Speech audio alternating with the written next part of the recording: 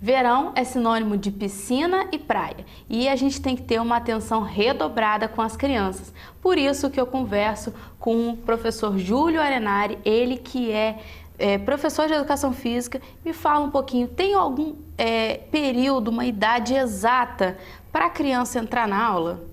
Olha, Cléo, eu trabalho muito com a faixa etária de 8 meses a 1 ano. Mas isso aí depende de cada... Os pais é que vão decidir que hora que eles podem botar, mas a partir dessa faixa etária, sem problema, não tem problema nenhum.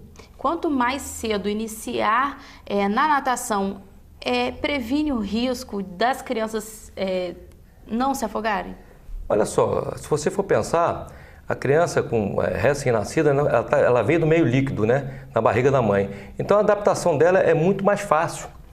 Porque ela já está acostumada naquele meio líquido.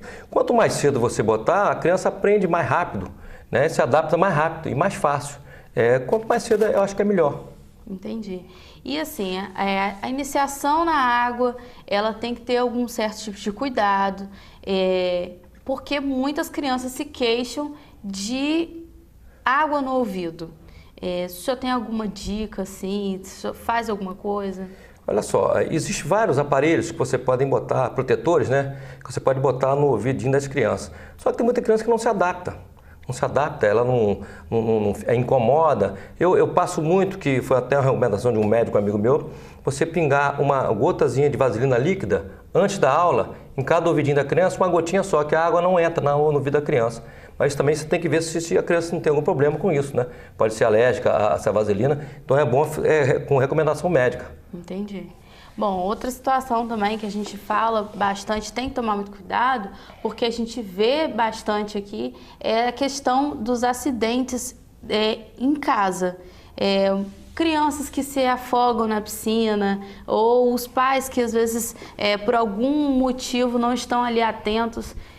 Qual é a dica, o que o senhor fala sobre isso? Olha só, a água, né, como se dizia há muitos anos atrás, a água não tem cabelo, você não tem onde segurar.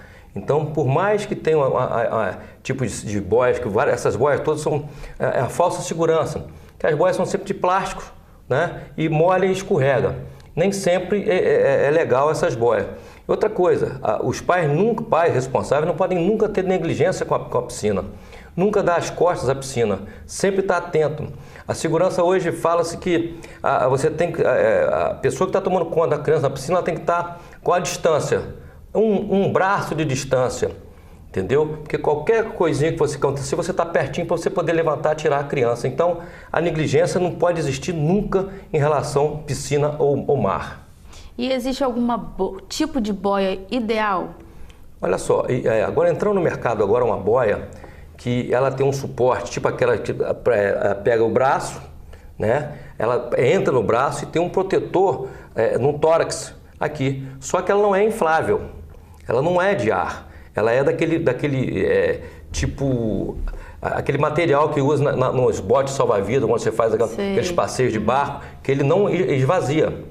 Né? Porque geralmente essas boias de plástico pode furar, pode esvaziar, isso você vai correr risco. E essa boia agora, que eu não sei o nome dela, porque ainda não sei como não apareceu o nome dela, mas você veste ela na criança, os braços, e tem uma proteção no peito. Então a criança sempre fica nessa posição. Por mais que ela vire, a boia desvira ela, então ela nunca vai ficar com o rosto dentro d'água. Então ela não vai correr risco de afogamento. Corre risco também aquelas boias redondinhas que a criança fica no meio. Isso. Elas também Essas boias são perigosas, né? que quando a criança vira de frente, ela fica de cabeça para baixo e não consegue voltar. Essa boia que eu falei com você, ela desvira normalmente. A criança virou, emborcou com o rostinho dentro d'água, ela desvira a criança. Então o risco é mínimo. Bom, então quanto mais cedo essa criança está inserida ao meio da água, né, saber ali como ficar na água é melhor e evita acidente. Com certeza, a criança vai se adaptando, ela vai vendo qual é o limite dela, né? Ela vai se acostumando à água, ela vai aprendendo a mergulhar, vai aprender a respiração, ela aprende a dar um impulso para sair de repente da parte funda para a parte rasa.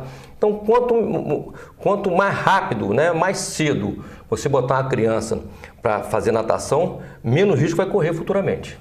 Bom, o senhor tem alguma dica para dar para os pais que estão nos assistindo? A dica que eu tenho que dar é o seguinte, quer fazer um seguro para o seu filho? Bota ele na natação.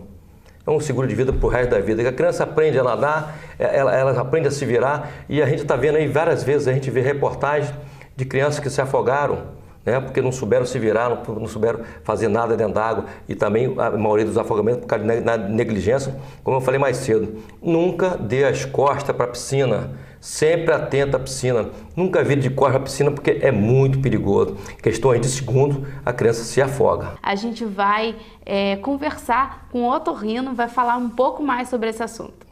E temos que ter muito cuidado também com essa questão da água no ouvido. E por isso que eu estou aqui com o doutor Marco Aurélio, ele que é otorrino. Me fala um pouquinho, doutor, quais são esses cuidados que a gente tem que ter? Os cuidados que temos que ter são em função justamente dessa temporada de verão, em que todos aproveitam para mergulhar, tanto em piscina, quanto em praia, quanto em rio, quanto em lagoas, não é? E muitas vezes a presença da água no ouvido, ela vem a trazer algum tipo de transtorno, né? Podendo trazer infecções, né? E o seu próprio acúmulo, quando há a presença de cerume no ouvido e ela ultrapassa esse cerume, ela pode ficar localizada aí, em função de estar estagnada, causar processos inflamatórios no ouvido externo que causam dor, dificuldade de audição, barulhos nos ouvidos, enfim, transtornos grandes e em que geralmente as crianças são as mais acometidas. E as mães têm que estar muito atentas a essas crianças, né? Às vezes, algumas não saberem se queixar, não é isso? Exatamente. Quando a mãe perceber, crianças que se queixam é mais fácil, crianças mais velhas, mas crianças bem pequenas se mergulham e acontece ficar água, as mães têm que estar atentas. Pode aparecer a dor, a criança ficar chorando, a criança ficar levando a mão ao ouvido, né? E às vezes a presença até de secreção quando a infecção já se desenvolve. Então, nessas ocasiões, quando percebe essa mudança de comportamento da criança, é interessante que ela então leve a um especialista para que isso seja avaliado na necessidade de se retirar esta água ou aquilo que está realmente incomodando a criança. E essa água pode ser retirada em casa?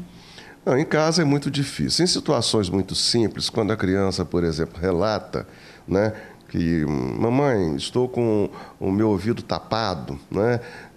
Estou com um barulho aqui nesse ouvido, parece que eu estou com o mar aqui dentro do meu ouvido, queixas desse tipo. Se a criança não tem um processo inflamatório pregresso, quer dizer, se ela já não tem uma inflamação de ouvido, como primeira medida, pode ser colocado umas gotinhas de álcool no ouvido e depois se vira esse ouvido para baixo para ver se o álcool traz a água junto, né? E aí desaparece o problema. Mas se houver suspeita de alguma infecção anterior ou uma infecção crônica, então isso não deve ser realizado. Agora, isso é a coisa mais simples. Normalmente, o correto é ir ao especialista para que ele possa avaliar e ver a melhor maneira de se retirar essa água, que pode ser de várias formas. O ideal, a consulta ao otorrino, é de quanto em quanto tempo? Não tem um período muito próprio, só quando um período que a gente possa prever.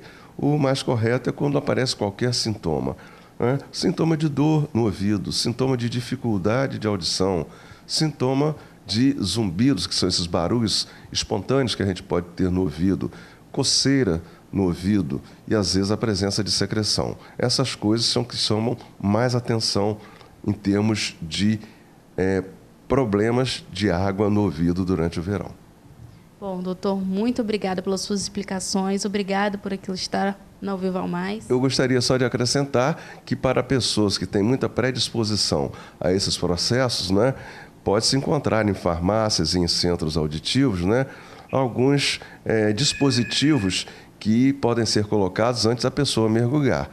Isso para pessoas que têm essa predisposição. Para pessoas que não têm, não há necessidade da utilização desses aparelhos.